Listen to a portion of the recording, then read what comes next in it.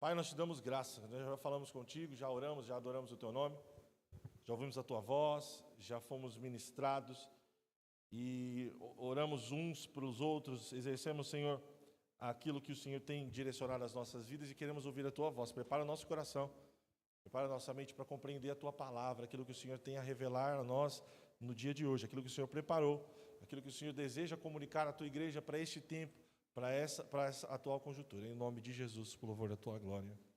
Amém. Vamos mais uma vez aplaudir a Jesus.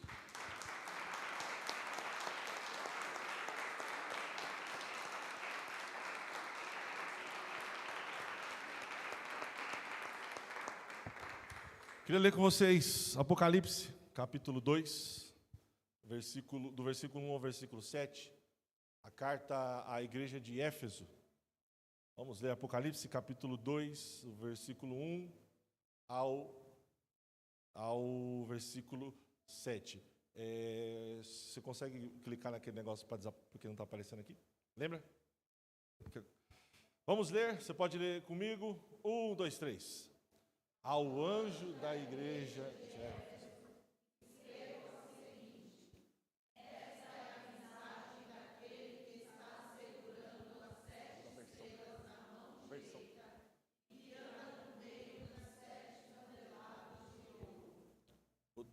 Eu sei o que você tem feito. Sei que trabalham muito e aguentaram o sofrimento com paciência. Conheço as tuas obras. Vamos de novo. E que pusestes. 1, 2, 3. E que pusestes à prova que a si mesmo declaram apóstolos e não são. E os achastes mentirosos. O 3. E tens perseverado.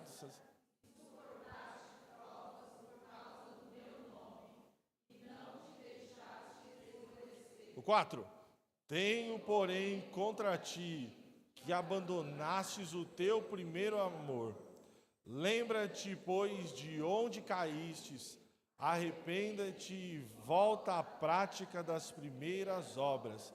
E se não, venho a ti e moverei do seu lugar o teu candeeiro, caso não te arrependas. 6. Tens, contudo, ao teu favor que odeia as obras dos nicolaítas, as quais eu também odeio. 7. Quem tem ouvidos, ouça o que o Espírito diz às igrejas. Ao vencedor, dar-lhe-eis que se alimente da árvore da vida, que se encontra no paraíso de Deus. Glória a Deus. Esta carta, ela foi escrita à igreja que se encontra ali na antiga Ásia Menor, hoje a região da Turquia, a igreja de Éfeso, que era a principal igreja daquele tempo. O Senhor colocou no meu coração, se assim nós nos permitirmos, nesse domingo, até que o pastor tome de volta a igreja, brincadeira, nós vamos ministrar aqui Oi? Coloca o texto aí para gente. Não, foi não. Cada domingo uma carta, o Senhor quer comunicar algo às nossas vidas. Mas, para introduzir essa mensagem, rapidamente queria dizer para vocês, quando nós olhamos para a introdução das cartas, 7 cartas do Apocalipse, as 7 cartas às igrejas do Apocalipse, nós observamos que, fazendo um retrospecto e olhando um pouco para trás para a gente entender qual era o momento que eles estavam vivendo, a história diz que Augusto César, ele governou Roma aproximadamente no ano 27 até o ano 14. Ele era um governante do Império Romano quando Jesus nasceu. Quando Jesus nasceu, o imperador romano era o Augusto César. E ele governa de 27 a.C. até 14 depois de Cristo. Quem o sucede é o imperador Tibério César, que governa entre o século 14 depois de Cristo até o século 37. E ele governa durante o ministério de Jesus, a sua morte e ressurreição. Quem o sucede é o Calígulo, ou o Caio César Augusto, que governa entre 37 depois de Cristo e 41. E ele era um governante extremamente perverso e assassino. E o seu governo dura muito pouco, porque de 37 a 41, ele rapidamente é assassinado, e ele não consegue governar por muito tempo. Quem o sucede é o Cláudio Augusto, que governa de 41 a 54 depois de Cristo. E durante o seu governo ocorreu uma grande fome no mundo. E os judeus que foram expulsos naquela época de Roma se espalharam pela terra, e a palavra diz, a gente vê, o apóstolo Paulo, ele faz um ajuntamento, reúne uma grande oferta para os irmãos da Judéia que estavam passando fome, porque naquele período, se você vai ler o texto, quando, por exemplo, em Filipenses, Paulo está falando com os irmãos de Filipe, ele diz que todas as igrejas, alguns por um tempo abandonaram ele, mas os irmãos de Filipenses, além de ajudar os irmãos da Judéia que estavam passando fome naquele tempo, também ajudaram a Paulo. Então, foi na época do imperador Cláudio, que governa até o ano 54 depois de Cristo. Depois, um imperador que você provavelmente conhece, Nero. Já ouviu falar desse nome? Já ouviu falar desse nome? Ele governa Roma desde 54 a 68 depois de Cristo, e ele é conhecido como um homem muito cruel, louco, insano. E para você ter ideia como ele era maluco, esse homem mandou matar a própria mãe. Então, se ele consegue matar a própria mãe, o que ele não vai fazer com as outras pessoas? E uma das coisas que acontece nesse tempo, durante o seu reinado, Roma é incendiada. E uma das coisas que ele faz é colocar a culpa nos judeus. E por isso, há uma grande dispersão. E no governo, enquanto Nero governava o Império Romano, a gente vê que aconteceu o martírio, a morte do apóstolo Paulo e a morte do apóstolo Pedro durante o governo de Nero. E aí, quem o sucede, Nero, porque Nero se suicida, é Vespasiano, do ano 69 ao ano 79 depois de Cristo, 10 anos de governo. Sob o seu governo, Jerusalém foi tomada. No ano 70, você já deve ter ouvido isso, sobre a destruição de Jerusalém que foi profetizada. E com isso há uma dispersão grande dos judeus. E no mesmo ano foi inaugurado o Coliseu de Roma. Já viu esse Coliseu na televisão? Que é também conhecido como o Anfiteatro da Morte. Pois os cristãos eram conduzidos para esse lugar, cristãos e judeus convertidos eram levados para esse lugar para a diversão do povo romano, e leões, gladiadores e feras despedaçavam os nossos irmãos. Foi no governo de Vespasiano. E ele é sucedido por o então general Tito, que foi aquele que invadiu a Jerusalém, e ele governa após Vespasiano. E aí nós chegamos no ano 81 depois de Cristo, que quem governa o Império Romano é um homem chamado Domiciano. E ele é conhecido como o segundo Nero. Então, como eu disse, Nero era um maluco, pirata da cabeça, e Domiciano é conhecido como um segundo Nero. Então imagine como esse homem era, pois ele era muito perverso, cruel, e agora foi. Durante o seu governo nós vemos uma grande e perversa perseguição à Igreja de Cristo. Durante o reinado deste imperador, nós vemos que todos os apóstolos de Cristo estão mortos. Quando Domiciano assume o Império Romano, todos os apóstolos de Cristo, todos os 12, e também depois de Barnabé, estão mortos, com exceção de João, que não foi martirizado. E aí nós vemos que o texto diz, e a palavra nos mostra que nessa época João, lá perto da sua morte, quem era o pastor da igreja de Éfeso era o apóstolo João, pois Éfeso era a capital da Ásia Menor, e João ele é deportado. Ele pastoreava a igreja de Éfeso, e ele é deportado para uma ilha vulcânica, uma ilha de cárcere, uma ilha prisional, que é também conhecida como lugar de morte, uma ilha chamada Patmos. E a ideia do imperador, quando manda João para lá, porque a tradição diz que tentaram matar João jogando ele num caldeirão que pegava fogo, e a tradição diz, isso não é a Bíblia que diz, mas a tradição que foi passada diz que João é jogado naquele caldeirão e sai sem um arranhão. Glória a Deus. Deus tinha um propósito com isso.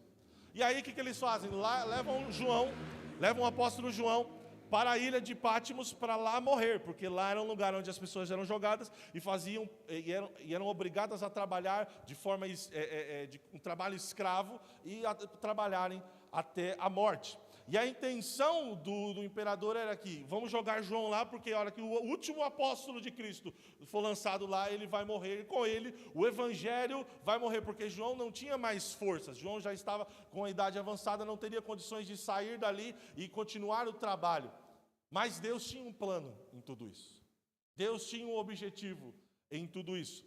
E ali em Pátimos nós vemos Cristo se revelar de forma gloriosa. O Cristo glorificado se revela ao apóstolo João com todo o seu poder e toda a autoridade. E nós vemos no capítulo 1, no versículo 9, João dizendo: eu, João, irmão vosso e companheiro na tribulação, no reino e na perseverança, em Jesus achei-me na ilha chamada Pátimos, por causa da palavra de Deus e do testemunho de Jesus. Achei-me em espírito no dia do Senhor, e ouvi por detrás de mim grande voz, como de trombeta, dizendo: o que vês escreve em livro, e manda às 7 igrejas, Éfeso, Esmirna, Pérgamo, Tiatira, Sardes, Filadélfia e Laodiceia. Voltei-me para ver quem falava comigo, e olha isso aqui, irmãos, e voltando vi 7 candeeiros de ouro, ou candelabros, e no meio dos candeeiros, um semelhante ao Filho do Homem, com vestes talares, e cingido à altura do peito com uma cinta de ouro. A sua cabeça e cabelos eram brancos como a alva lã, como neve. Os olhos como chama de fogo. Os pés semelhantes ao bronze polido, como que refinado numa fornalha. A voz como voz de muitas águas. Tinha na sua mão direita 7 estrelas, e da boca saía-lhe afiada espada de 2 gumes. O seu rosto brilhava como o sol na sua força. Uau! Uau! Do lugar onde Nero foi lançado para morrer, ele tem uma revelação do Cristo glorificado. E a Bíblia diz que quando João tem essa visão, o seu corpo é lançado ao chão como morto. E aí o texto diz, o versículo 17 continua, no capítulo 1. Quando o vi, caí, capítulo 1, versículo 17, de Apocalipse. Quando o vi, caí aos seus pés como morto. Porém ele pôs sobre mim a mão direita, dizendo: não temas, eu sou o primeiro e o último, aquele que vive, e estive morto, mas estou vivo pelos séculos dos séculos. Tenho a chave da morte e do inferno. A mesma mão que segura as 7 estrelas é a mão que o levanta. A mesma mão direita que sustenta, e depois, nós no versículo 20, nós vamos ver o que significa esses 7 estrelas, são os 7 anjos das 7 igrejas, ou seja, a liderança da igreja, dessas 7 igrejas, ele diz, aquele que tem o controle da igreja, em suas mãos direitas, ele pega pela mão e levanta aquele que estava morto, ou quase morto, e diz: não temas, eu sou o primeiro, eu sou o último, eu sou aquele que estive morto, mas estou vivo pelos séculos dos séculos. Aleluia. E aí João recebe uma missão, versículo 19: escreve, pois, as coisas que vistes e as que são, e as que hão de acontecer depois dessas. E aí o 20 que nós acabamos de citar: quanto ao mistério das 7 estrelas que vistes na minha mão direita, e os 7 candeeiros de ouro. As 7 estrelas são os anjos das 7 igrejas, ou seja, os pastores, os líderes. E os 7 candeeiros são as 7 igrejas. E João tem essa missão de escrever as 7 igrejas: Éfeso, Esmirna, Pérgamo, Tiatira, Sardes, Filadélfia e Laodiceia. Mas hoje eu quero falar a respeito da igreja de Éfeso. Não quero me alongar, mas o Senhor colocou algo no meu coração. Éfeso era a cidade mais rica daquela época, era a capital da antiga Ásia Menor. Era um lugar de muita prosperidade, mas ela era marcada pela idolatria. E abrigava lá uma das maravilhas, uma das 7 maravilhas do mundo antigo, que era o templo da deusa Diana. Aqui você não precisa colocar lá em Atos 19:35. Já colocou? Não precisa colocar não. Atos 19:35, Paulo cita isso. Lá em Éfeso localizava o templo dessa deusa Diana. E esse templo era usado para cultos, e naquela época havia as pessoas, as sacerdotisas do templo, elas verdadeiramente se prostituíam, e a tradição e alguns historiadores dizem que nem mesmo os animais eram tão pervertidos quanto o que acontecia dentro daquele templo. Então imagine o que acontecia naquele lugar. Mas olha que lindo e poderoso. Antes disso, a cidade era um centro de idolatria e o polo de uma adoração ao imperador. Naquela época, o imperador de Roma se autodenominava Deus. Então, qual que era a perseguição da igreja? Os judeus, porque não criam que Jesus era o Messias, perseguiam a igreja. Os romanos, porque criam que o imperador era Deus e somente ele devia ser adorado, perseguia a igreja. Então, a perseguição vinha de todos os lados. E o polo disso era em Éfeso, a cidade de Éfeso. E ela também era a sede de tinha uma grande influência do ocultismo, muitos feiticeiros, bruxas e tudo mais. Mas a palavra diz que Paulo visitou a igreja de Éfeso durante a sua segunda viagem missionária e permaneceu 3 anos da sua viagem na terceira viagem, 3 anos na sua terceira viagem missionária. E aí a Bíblia diz que nessa terceira viagem, Paulo fica 3 anos lá, porque um dos maiores avivamentos daquela época acontece. Porque a Bíblia diz que as pessoas, a economia da cidade ela girava em torno da idolatria, começou a bagunçar, a adoração no templo parou de ser adorado, os feiticeiros começaram a queimar os seus livros de feitiçaria e converter ao cristianismo, se converter o seu coração a Éfeso. Houve um grande avivamento naquele lugar. E a expansão do evangelho se deu por conta daquela cidade. Através desse avivamento, outras igrejas foram abertas, como por exemplo a igreja de Esmirna, a igreja de Éfeso, a igreja de Colosso, e outras igrejas foram abertas nessa época. Porém, 40 anos se passa, uma segunda geração da igreja, uma segunda geração de crentes, recebe uma carta do próprio Jesus. A princípio a geração anterior recebe do apóstolo Paulo, mas agora elas recebem uma carta do próprio Cristo. E nessa carta, os crentes dessa segunda geração recebem um elogio, a sua fidelidade à palavra, a sua fidelidade à doutrina, mas também recebem uma crítica, o esfriamento do amor. Essa carta de Jesus à igreja de Éfeso, irmãos, é uma carta dirigida não somente àquela igreja, mas a todos nós.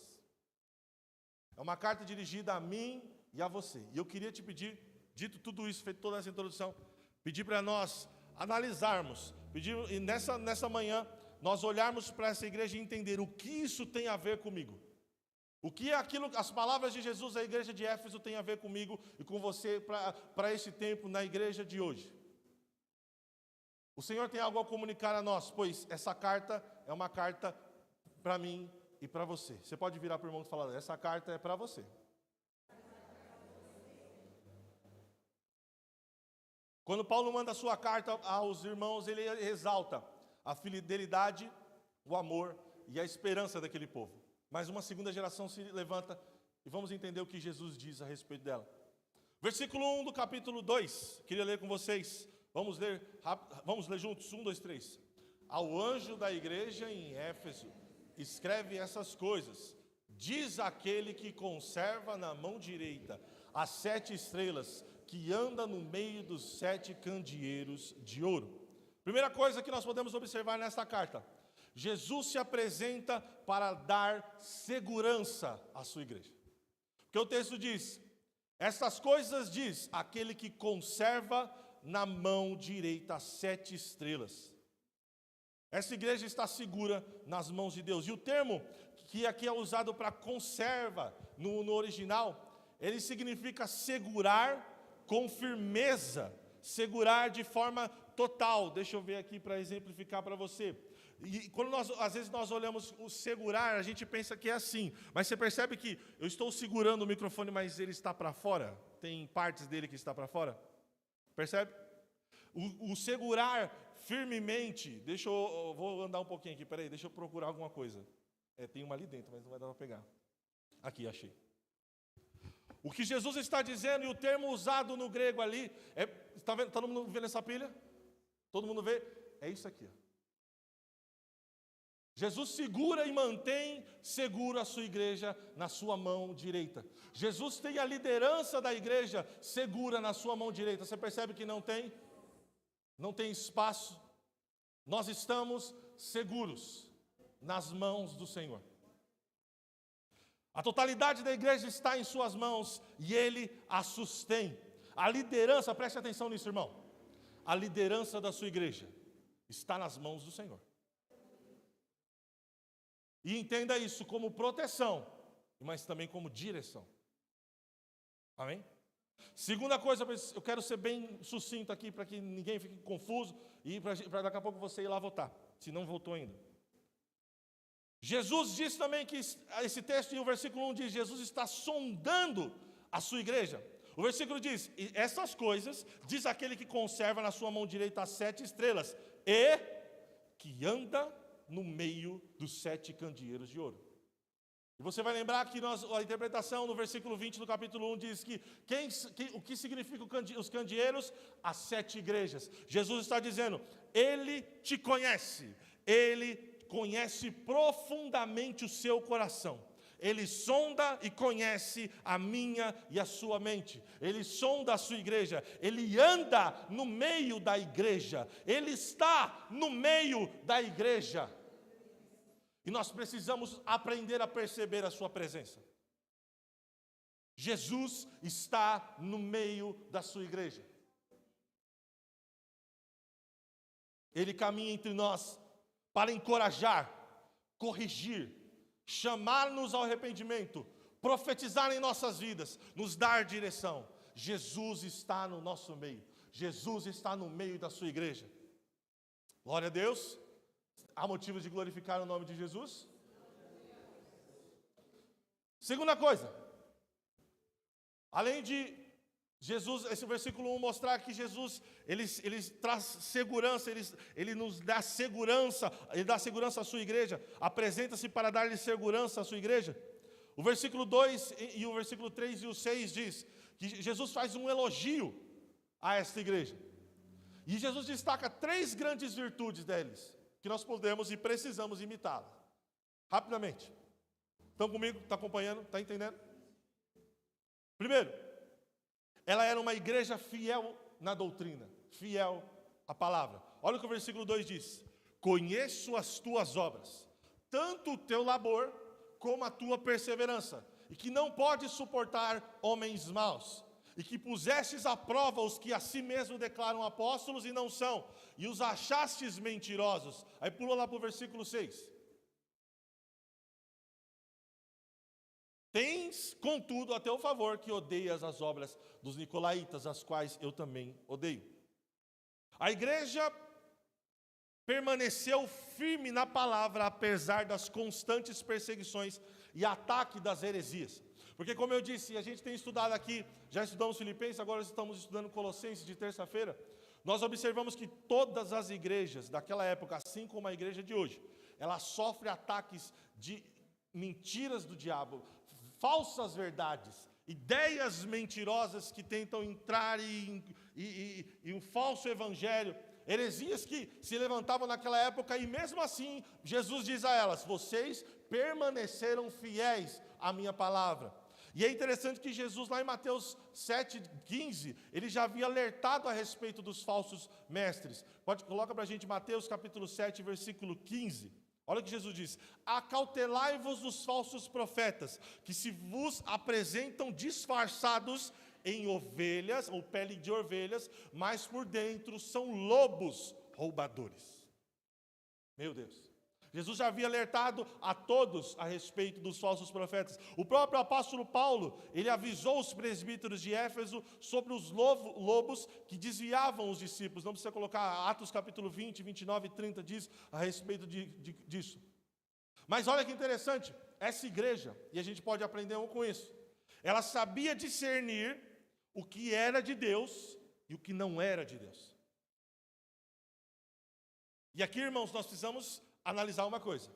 Eu e você temos discernimento de Deus? Temos aprendido ou andado na nossa caminhada e aprendendo a discernir o que é e o que não é de Deus?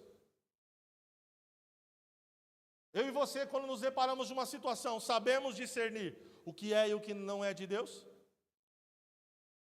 O que era verdade ou o que não era? E aqui está um ponto, porque a gente não, mas eu sinto no meu coração, preste atenção, não tem a ver com sentimento. Nós estamos vivendo em um tempo onde, eu sinto, eu acho, eu penso, eu acho que Deus é. Na minha opinião, Deus é. Eu já disse isso aqui, vou repetir. Com Deus não existe na minha opinião, eu acho, eu penso que, eu acho na minha interpretação, o Deus eterno todo-poderoso, que ninguém pode discernir, porque Ele era, é e sempre será. Nós não conseguimos discernir Deus, senão somente da forma que Ele escolheu se revelar, e Ele escolheu se revelar a nós através da Sua palavra. Então não tem eu acho, não tem eu penso, não existe eu sinto, mas existe a palavra de Deus diz.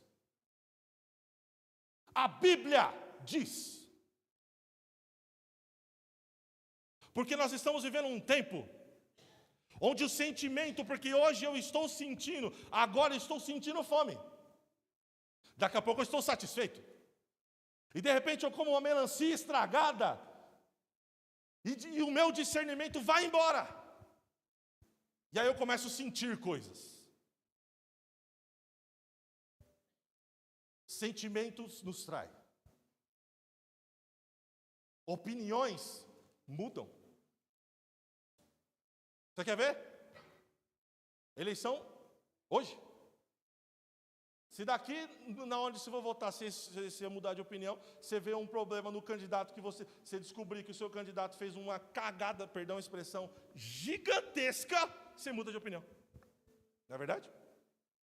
Independente se você vai votar. Não é? Opiniões mudam, mas a palavra de Deus permanece. Ela é a mesma. Não mudou. E aí, eu preciso me fundamentar em algo. Em que eu e você estamos fundamentados? Nos sentimentos? No eu acho? Na opinião? Ou na verdade? Ou naquilo que não muda? A igreja de Éfeso rejeitou as palavras, as falsas doutrinas e comportamentos dos nicolaítas. Quem eram esses camaradas nicolaítas? Coloca o versículo 6 para a gente de novo do capítulo 2 de Apocalipse.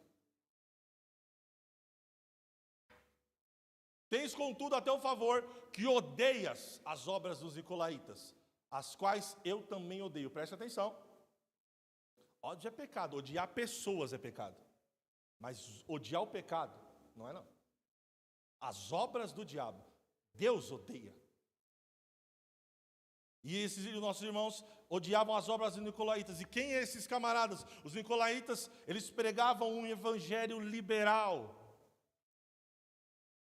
E eles incentivavam a imoralidade sexual no meio da igreja. Nenhuma igreja pode agradar a Jesus se ela abre mão da verdade. Vou repetir. Nenhuma igreja pode agradar a Jesus se ela abre mão da verdade. Esta é a verdade. A palavra de Deus é a verdade. E se você não crê nisso, deixa eu te falar. Se eu não creio nisso, eu não sou crente. Eu não sou cristão. Eu não sirvo a Deus. Eu sirvo a outra coisa. Posso servir um outro Jesus, mas não o Jesus verdadeiro. Amém? Não quero que... mas eu não creio nisso. Tudo bem, mas eu te falar. Esta fé que você tem não é no Jesus da Bíblia. É duro dizer isso, mas essa é a verdade. 2. Outro elogio a essa igreja. A igreja de Éfeso era envolvida com a obra de Deus. Versículo 2 também. Conheço as tuas obras, tanto o teu labor como a tua perseverança, e que não pode suportar homens maus, que pusesses à prova os que a si mesmo declaram apóstolos e não são, e achastes mentirosos. A igreja de Éfeso não se limitava a uma fé teórica. somente aquilo que na teoria, sabe? Teoria, que você aprende na teoria, aquele monte de conta que a gente faz na escola a vida inteira e nunca mais usou? Quem é que tem um monte aí? Lembra? Equação de segundo grau, primeiro grau. Alguém já usou matriz aqui? Hein? Alguém? Que forma de Bhaskara? Quem já usou no dia a dia aí, por gentileza? Nem eu que trabalho com contabilidade. Já usou? Aí, a contadora também não. Você está entendendo? Teoria. A igreja de Éfeso não ficava somente na teoria, ela agia. Ela não era uma igreja de braços cruzados. Sabe por quê, irmão? Infelizmente, a realidade da igreja brasileira hoje é 20% da igreja trabalha. E os outros 80% assiste. E critica os que trabalham. Entendeu? Vou repetir. Infelizmente, a igreja brasileira é 20% são os que fazem, que trabalham, que agem no reino. Tanto dentro como fora. E 80% só assiste. Ontem eu ouvi algo que eu achei interessante, mas não cabia comentar. De que, para que eu vou para a igreja? O Anderson também ouviu isso. É para dar para trabalho para o pastor. Se não der trabalho, para que ir? Não é? Está tudo errado, gente. Nós entendemos errado. Essa igreja aqui, ela não estava com os braços cruzados, porque nós somos o corpo de Cristo. E se uma parte do corpo para de agir, todo o corpo sente. Deixa eu te falar uma coisa. Saia dessa plateia. Saia desse lugar de acompanhar. Ai, que lindo, eu fui na estreia do filme. Mas e? Entendeu a analogia? Eu estava lá no dia que aconteceu. E o que você fez? Qual foi a sua postura? Por que você orou? Quem que você falou? Para quem que você falou? O que você fez? Nós vamos chegar diante do Senhor, aí a gente vai passar pela porta de lema do Tribunal de Cristo, a porta de fogo, e achando que, eu assisti todas as obras do meu pastor, por isso eu vou receber vários galardões no céu. Não, ele vai. Nós vamos passar e ficar nu. Deixa eu ir que a hora está passando. Jesus pode dizer o mesmo de nós hoje? Temos sido uma igreja ativa? Eu e você somos um ramo frutífero? Nós temos sido membros dinâmicos do corpo de Cristo? Responda aí. 3. Quero daqui a pouco terminar. A igreja de Éfeso era perseverante nas tribulações. Versículo 2 e 3. Se você acordar, vamos ler de novo o versículo 2 e o versículo 3. 1, 2, 3. Conheço.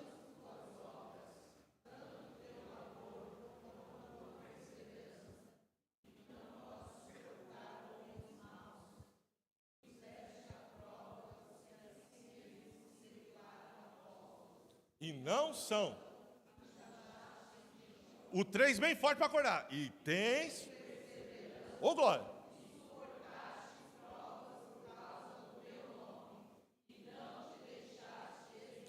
Glória a Deus, não se deixasse estremecer. Nós costumamos passar por provações e logo nós balançamos. E falo agora por experiência própria, senti na pele. Ver o meu pai ir para o médico e começar a ouvir as histórias e gente falando coisas, você fica, meu Deus, o que está acontecendo? Nós costumamos passar pelas provações e balançamos, esmorecemos, perdemos a esperança, perdemos fé. Porém, ser crente, e a palavra de Deus nos mostra isso em vários textos, eu vou ler um aqui. O Tiago diz que a tribulação produz em nós paciência, e a paciência produz em nós perseverança. Vou repetir, a tribulação produz em mim e você paciência. E a paciência, ela produz em nós perseverança. Fé, fortaleza. É na tribulação. E esses irmãos aqui, eles aprenderam a perseverar, porque ser crente em Éfeso não era popular, não era que nem hoje é. Está todo mundo sendo crente.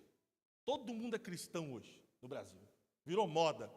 Hoje, ouvi essa semana até que gente que batia na igreja virou crente também. Os candidatos todos são crentes. Impressionante. Todos são crentes.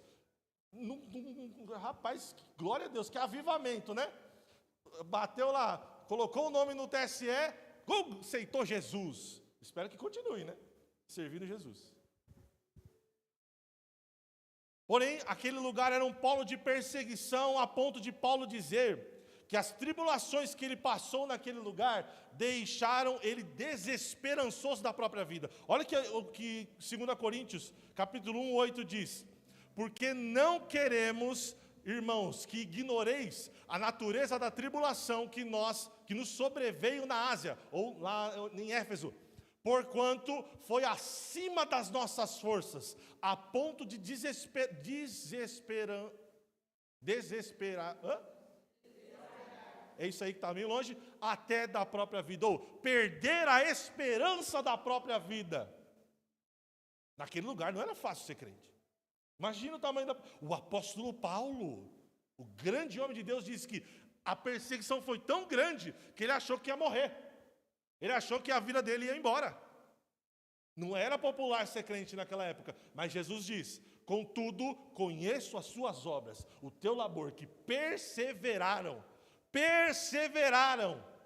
E ele nos chama hoje a perseverar. Jesus está dizendo que essa igreja, mesmo sofrendo, não perde a esperança, não perde a capacidade de operar, não perde a capacidade de ser operante, de ser fiel, de permanecer firme na verdade, de permanecer inabalável. Jesus nos chama hoje a permanecer firmes na hora da tribulação. Amém? Porém, ainda assim Jesus faz, mesmo com tudo isso, Jesus faz uma grave repreensão a essa igreja. Versículo 4. Tenho, porém, contra ti, que abandonastes o teu primeiro amor. E é interessante porque Jesus vem dizendo: vocês perseveraram, vocês manteram inabalável, permaneceram firmes na palavra, não esmoreceram, vocês são uma igreja ativa, não estão mortos, vocês estão trabalhando. Porém, qual o nome disso, professora?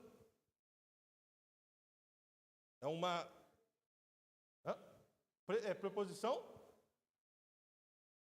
É uma proposição, um contraste. Tem um outro nome mais técnico que eu esqueci agora. Oi? É alguma coisa assim. Esqueci. Daqui a pouco vocês lembram, vocês vão me falar aí. Oi? É uma explicação. Ou seja, mas ele está dizendo assim: tudo isso, vocês são tudo isso, mas, contudo, porém, entretanto, todavia, outro sim, né? Seu Hélio, saudade, seu Hélio. Outro sim. Ele acaba de elogiar a sua noiva, porém faz um contraste a esse elogio. E aí é interessante, porque como é que nós vivemos? Ah, mas eu fiz tudo certo, eu só errei aquilo. Não é assim que a gente faz? Quem é mãe aqui, não é assim que seu filho faz? Mas eu fiz tudo certo, mãe, eu só esqueci disso aqui. Quem já fez isso aqui? As virtudes de sobra, mas o defeito precisa ser corrigido. Somos igreja. Não existe esse negócio de permanecer, porque eu tenho coisas boas, eu não posso. Ah, isso aqui, eu sou bom, eu ajudo os outros, mas eu sou.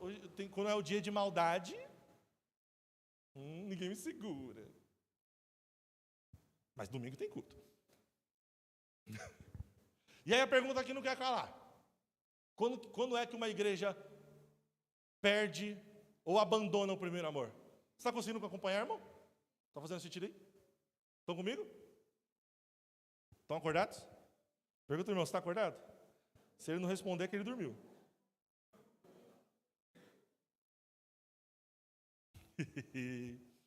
De acordo com a mensagem de Jesus, olha que interessante. na carta de Éfeso, a perda do primeiro amor não é apenas uma questão de relaxarmos no trabalho de Deus. Não é apenas uma questão, sabe aquele negócio, você estava firme, todo dia, e aí hoje eu não vou não. Sabe isso? Isso não é perder o primeiro amor. Por quê? Como você me prova isso? Olha o versículo 2, olha o que Jesus diz: conheço as tuas obras, tanto o teu labor, tua perseverança. Então não era relaxamento em trabalho, concorda? O termo usado para labor é o mesmo que, no original, é o mesmo que intenso trabalho unido a aborrecimento e fadiga. Entende? Você trabalha tanto, você fica fadigado e aborrecido. Quem aqui trabalha assim? Deixa eu falar. Meu Deus, precisa descansar. Ontem eu tomei uma bronca do pastor Paulo de Freitas. Meu Deus. Falei para ele que faz 2 anos que eu não tive férias. Ele, o quê? Vou tirar. Esse tipo de labor, seguido de perseverança, não demonstra uma queda de produtividade no serviço do Senhor. O trabalho não parou. Jesus estava dizendo, eu conheço as suas obras. Vocês estão perseverando, vocês estão trabalhando. Vocês são uma igreja que bota a mão na massa. Vocês estão resistindo aos falsos apóstolos, aos falsos mestres. Porém, então o que significa perder o primeiro amor? Perder o primeiro amor também não é enfrentar uma crise de desânimo ou desejar desistir. Não é perder o primeiro amor, ter uma crise de desânimo, todo mundo já passou por isso. Quem passou diz amém? Eita Jesus, mas é verdade, todo mundo. Ou pensar em desistir. Pois Jesus elogia a perseverança deles. Então não quer dizer perder a força, pensar em desistir, porque eu tenho certeza que aqueles irmãos, devido à perseguição, uma hora ou outra passava na cabeça desistir, mas eles perseveravam. Outra, a perda do primeiro amor não deve ser encarada apenas como um momento de crise no trabalho ou na dedicação, pois é algo que Deus tem contra eles. Pois, se você falar que perder o primeiro amor é uma queda na produtividade, daqui a pouco você volta. Mas Jesus diz, eu tenho contra ti. Entende? Então é algo que Deus está se opondo a eles. O texto diz, tenho porém contra ti que abandonastes o teu primeiro amor. Então, nós chegamos à conclusão que, se não é dar uma desanimada, não é relaxar no serviço, não é uma perda de desempenho. O que é perder o primeiro amor? A perda do primeiro amor é uma queda e ela é considerada um pecado. Pois Deus se opõe. Porque Jesus diz, tenho porém contra ti que abandonastes o teu primeiro amor. Lembra-te depois de onde caístes e arrepende-te.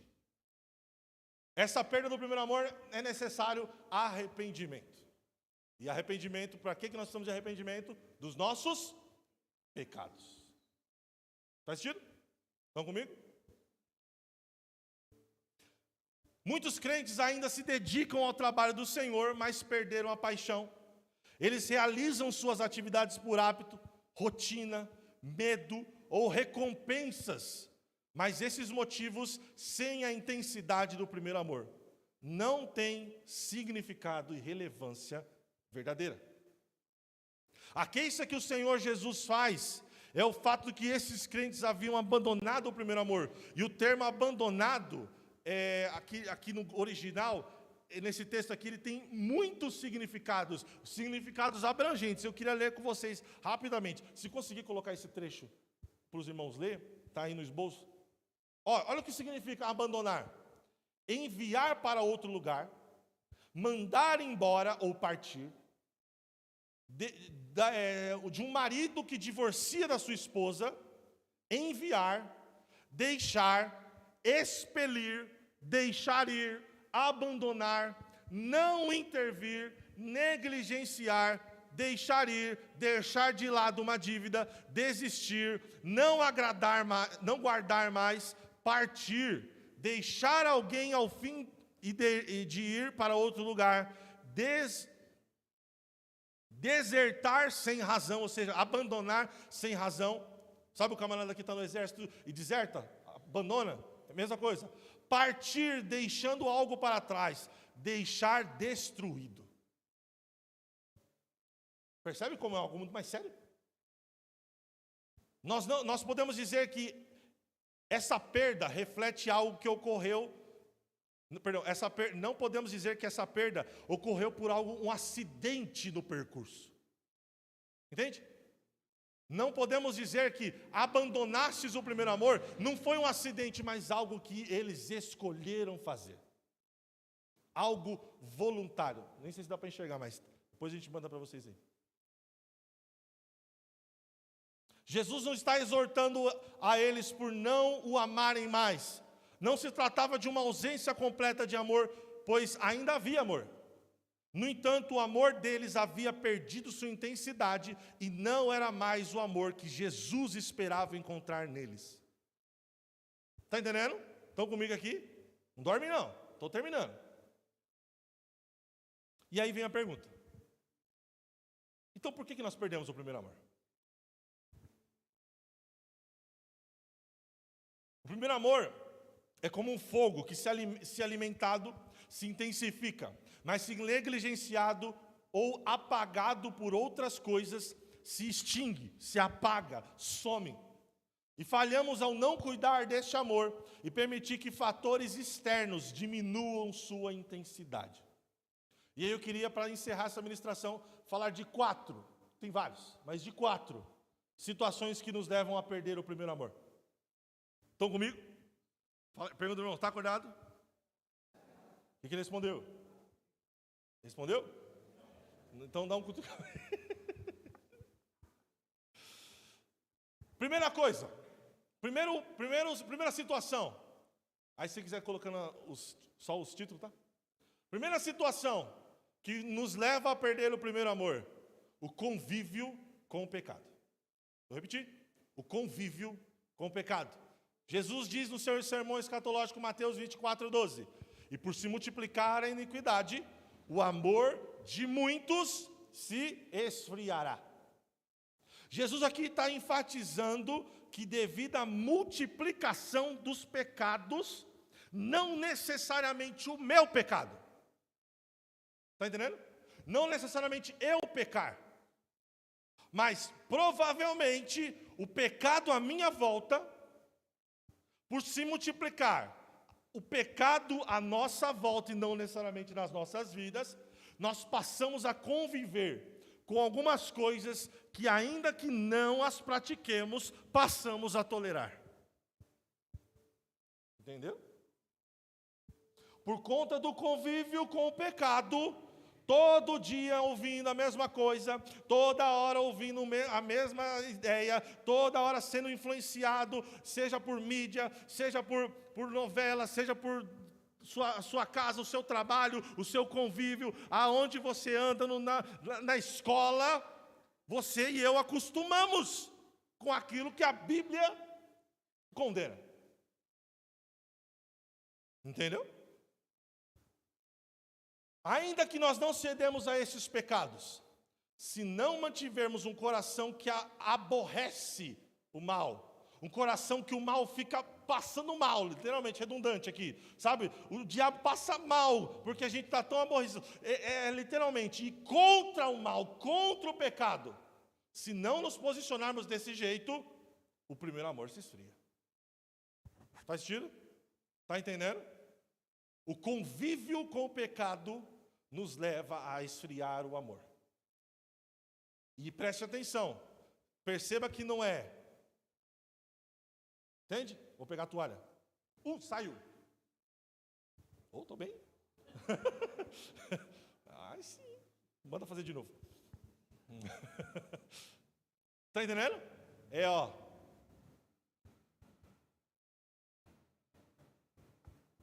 Estão vendo? Olha ali, ó. Olha para o Du rapidinho.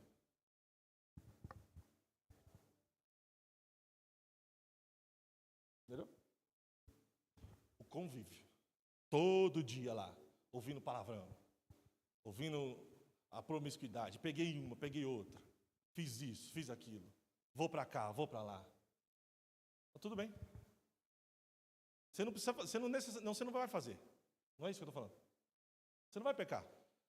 Mas você se acostuma. Aí o primeiro amor se esfria. Aí você tolera. Eu tolero. Nós precisamos dizer não ao pecado. Segundo, o meu horário já foi. Outro aspecto, outra situação que nos faz perder o primeiro amor. A falta de profundidade. E ano que vem é o tema do ano. Profundidade. Então vamos falar bastante disso. Há muitas pessoas que vivem superficialmente o seu relacionamento com Cristo. E aí, na parábola do semeador, Jesus menciona uma semente que caiu em solo pedregoso, ou seja, no meio das pedras.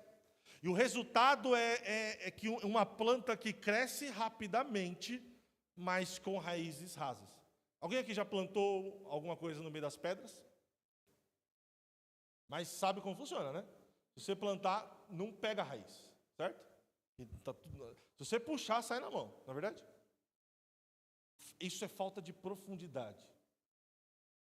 E Jesus diz que a semente, ele está falando a semente, a palavra de Deus, quando cai no terreno, num coração pedregoso, que não tem profundidade, esse coração, a tendência é, a planta cresce rapidamente, mas qualquer coisa, qualquer vento, qualquer situação, qualquer problema, qualquer tribulação, a culpa é de Deus e eu vou largá-lo.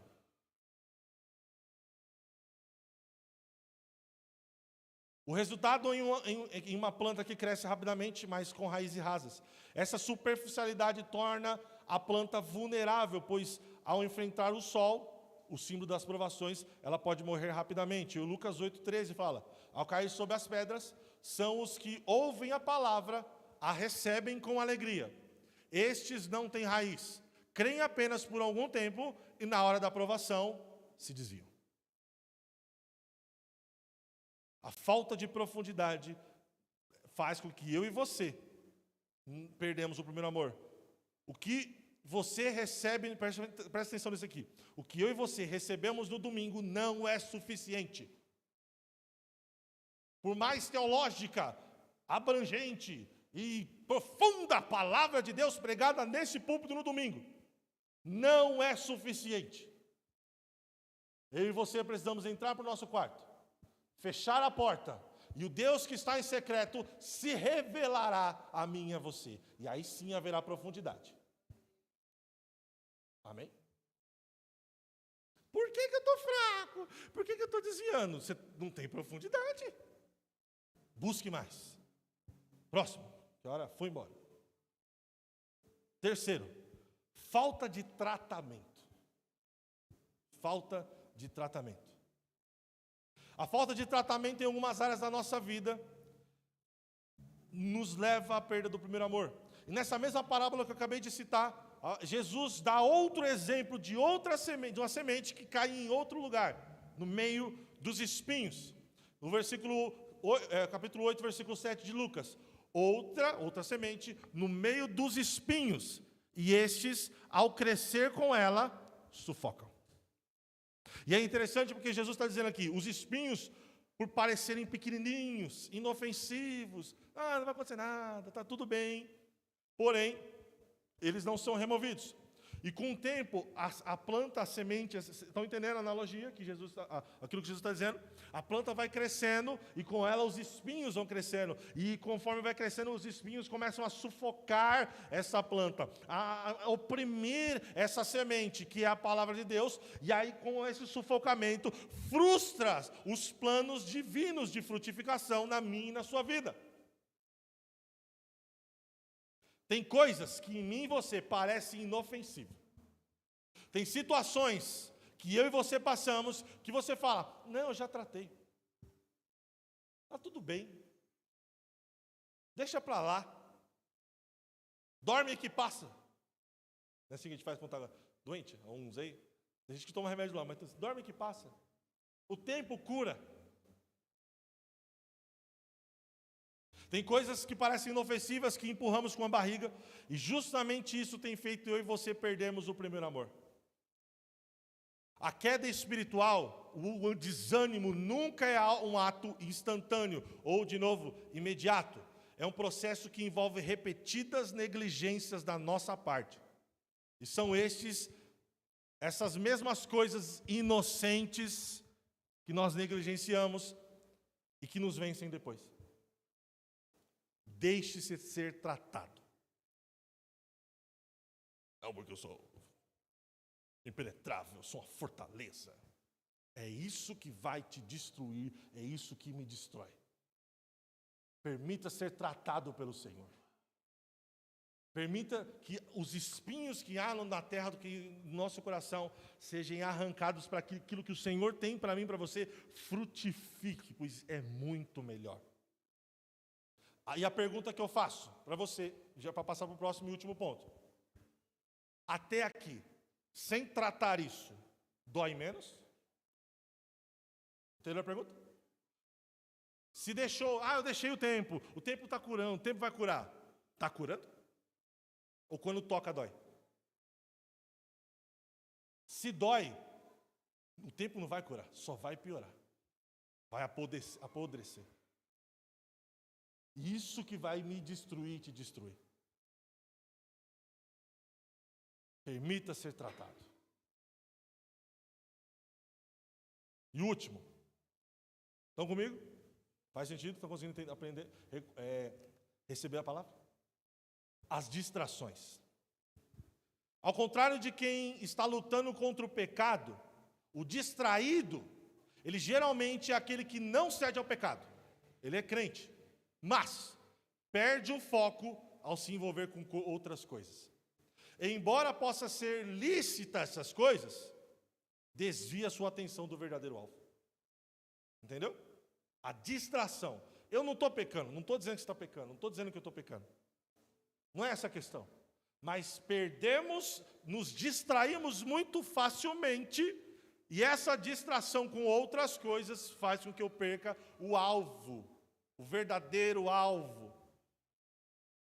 Quando Moisés foi ao Egito, com a mensagem de Deus de libertação, o faraó toma a seguinte postura: ele aumenta o trabalho do povo. Você já leu, você conhece essa história. Para quê? Para que eles se esqueçam da ideia que Moisés trouxe, a mensagem de Deus, de nós vamos sair dessa terra e vamos adorar ao Senhor no deserto. E aí o que o faraó faz? Aumenta o trabalho deles, coloca mais carga, não dá mais a palha para eles fazerem o pão para comer. Eles vão ter que trabalhar, eles vão ter que buscar, não dá mais. Para quê? Eles sintam na pele o peso e eles esqueçam dessa ideia. E eles estejam mais preocupados em trabalhar e ficar revoltado do que motivar o seu coração a viver aquilo que Deus falou. Depois você lê aí, do versículo, ela colocou ali. Êxodo capítulo 5, do 5 ao 9. Depois você lê e em diante, o 11 também. Obrigado. Esse quadro é uma ilustração da estratégia do diabo contra a igreja. Estamos distraídos com o trabalho, com os negócios, com as coisas que temos que fazer. Nós estamos distraídos até com a construção da nossa família. Como assim, Gabriel? É minha família. Mas se isso está competindo com o seu e o meu amor por Cristo, é pecado. Amai a Deus primeiro. Porque se nós amamos a Deus, nós vamos amar direito a nossa família. E olha que interessante, quando nós estamos distraídos, até mesmo o serviço para o Senhor pode nos desviar do foco. Pode se tornar uma distração. Os irmãos em Éfeso perderam o seu primeiro amor, ainda que não tivessem parado de trabalhar. E olha, quer ver um exemplo disso, de alguém que estava trabalhando para o Senhor, mas estava distraído? Lucas 10, 41. Respondeu-lhe o Senhor: Marta, Marta, andais inquieta e te preocupas com muitas coisas. Entretanto, pouco é necessário, ou mesmo uma só coisa. Maria, pois, escolheu a boa parte, e esta não lhe será tirada. Nós precisamos tomar cuidado com as nossas distrações, irmãos. O que tem te distraído do verdadeiro alvo? O que tem tirado o meu e o seu foco? Está pensando? E aí Jesus é maravilhoso, porque ele faz esse apontamento, essa questão de essa reprovação, mas ele diz também, qual é o caminho de volta? Põe aí pra gente o capítulo 2 de Apocalipse, versículo 5. Pois o mesmo Jesus que aponta o erro, ele traz o caminho de restauração. Lembra-te, pois, de onde caístes. Arrependa-te e volte à prática das primeiras obras. E se não vendo a ti, moverei o seu lugar, o teu candeeiro, caso não te arrependas. Jesus aqui, ele dá 3 orientações que eu quero terminar essa mensagem com vocês, para nós voltarmos no caminho e restabelecermos o primeiro amor no nosso coração. Primeira coisa, lembra-te. Lembra-se. A palavra de Deus diz, em Lamentações 3:21, quero trazer à memória aquilo que me traz esperança. Irmãos, as lembranças têm poder de produzir em nós um caminho de restauração. Trazer à memória o que Deus fez. Lembrar de onde caímos, lembrar de como estávamos, estabelece em nós um caminho de restauração. Lembre-se. Lembre-se. Traga à memória o que Deus fez por você. Quem eu e você éramos. Aonde estávamos. O que seríamos. Qual era o caminho que estávamos trilhando. Quando ele entrou e atravessou o meio do seu caminho. Segundo, Jesus diz, arrependa-te. Não basta apenas termos saudades de como as coisas eram anteriormente.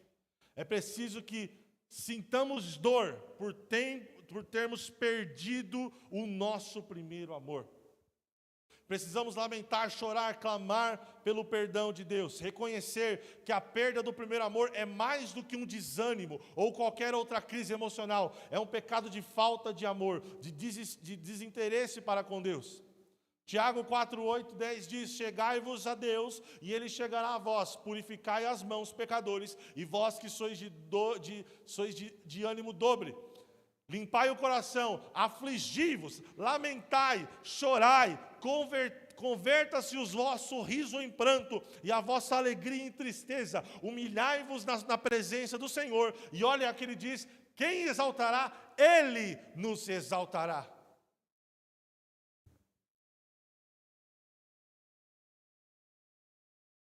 Arrependa-se. Arrependimento é uma chave poderosa nas nossas vidas. Mas Gabriel, é difícil, eu não sei, arrependa-se diante dele. E o último, voltar às primeiras obras.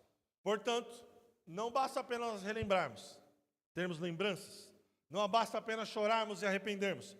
Nós temos que voltar a fazer o que abandonamos. E essas primeiras obras a que Cristo se refere não são o primeiro amor em si, mas estão atrelados a elas. Aquilo que fazíamos não é simplesmente o primeiro amor, mas as obras que fazíamos estão atreladas a essa volta do primeiro amor. Jesus não protestou porque os irmãos de Éfeso, não o amavam mais, e sim porque já não amavam mais como anteriormente. Como está o seu amor por Deus? Como anda o meu e o seu amor por Cristo? Eu sei que semana passada eu preguei e terminou, aquela coisa e tudo, mas hoje é desse jeito que o Senhor quer tratar o nosso coração. Como anda o nosso amor por Ele? As distrações têm nos roubado? Nós estamos andando distraídos? A falta de tratamento em uma área da nossa vida tem nos feito perder o primeiro amor? Falta-nos profundidade na presença dEle? Ou é o convívio com o pecado? E aí Jesus é maravilhoso porque além de dar a solução, ele faz uma promessa. Versículo, e assim você pode ficar sobre os seus pés para nós orarmos.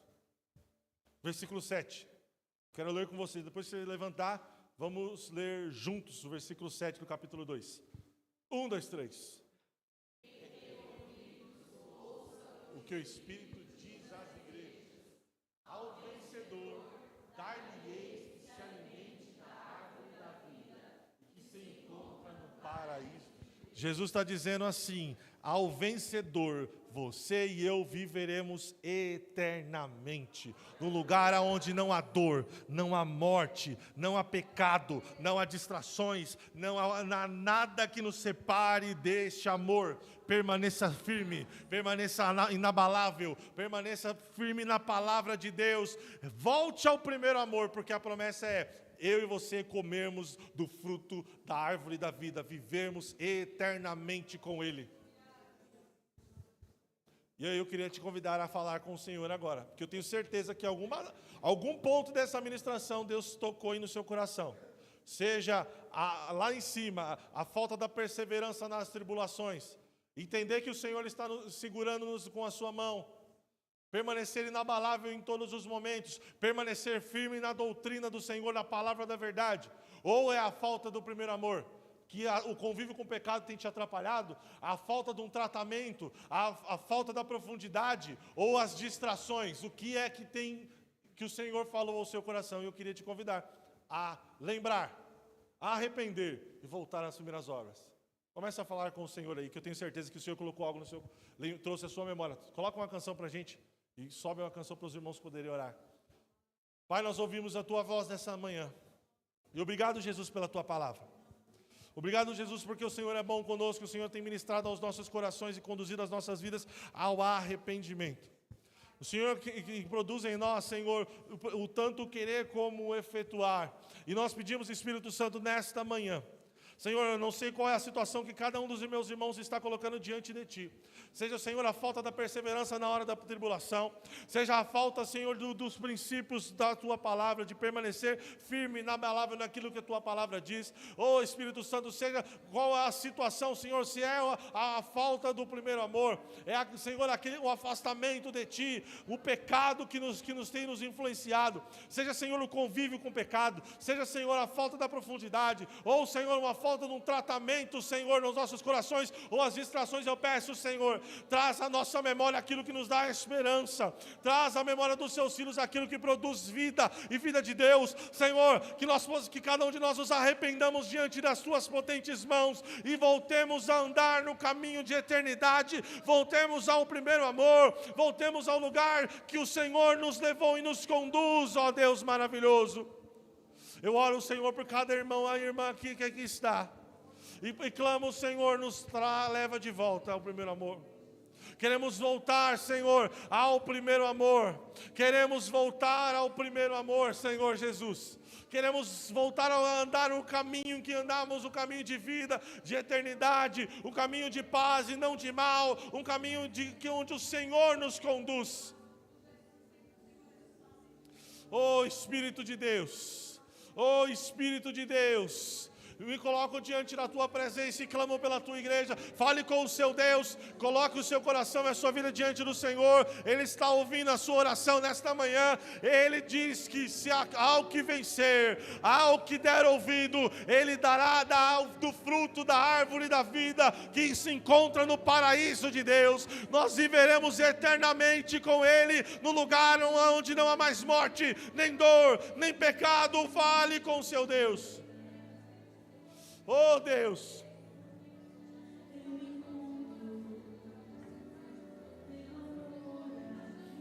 Deus maravilhoso,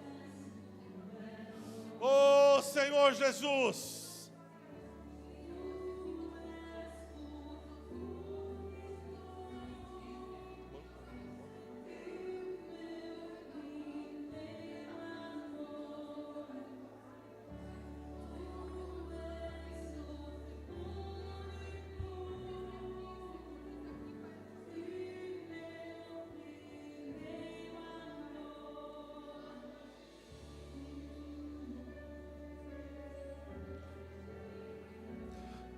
com os olhos fechados, rapidamente, para nós não nos alongarmos. Se no meio dessa ministração o Senhor tocou o teu coração, e você percebeu que Tem a parte da sua vida que ele precisa de lembrar, se arrepender e voltar às primeiras obras. E você quer colocar isso diante do Senhor, mas de repente você não está encontrando forças. Eu ia fazer uma coisa, mas o Senhor me direciona a outra agora. Rapidamente. Sai do seu lugar e procura alguém. Você precisa colocar isso, eu preciso, mas todo mundo, tá? Eu tô falando para sair do lugar, você sai mais rápido, você escolhe alguém, você não sobra. Se no teu coração, você fala, Senhor, eu preciso de ajuda nisso aqui. Mas sozinho eu não estou dando não, Senhor, eu preciso de ajuda. Procura alguém e fala para essa pessoa que ela vai orar por você agora. Eu ia chamar aqui, mas o Senhor está me direcionando a esse posicionamento. Ou se no teu coração falando, eu tô legal, o Senhor colocou alguém no seu coração, vai até essa pessoa. Sai do seu lugar, irmão, todo mundo, né? Não, eu tenho certeza que todo mundo tem algo para falar.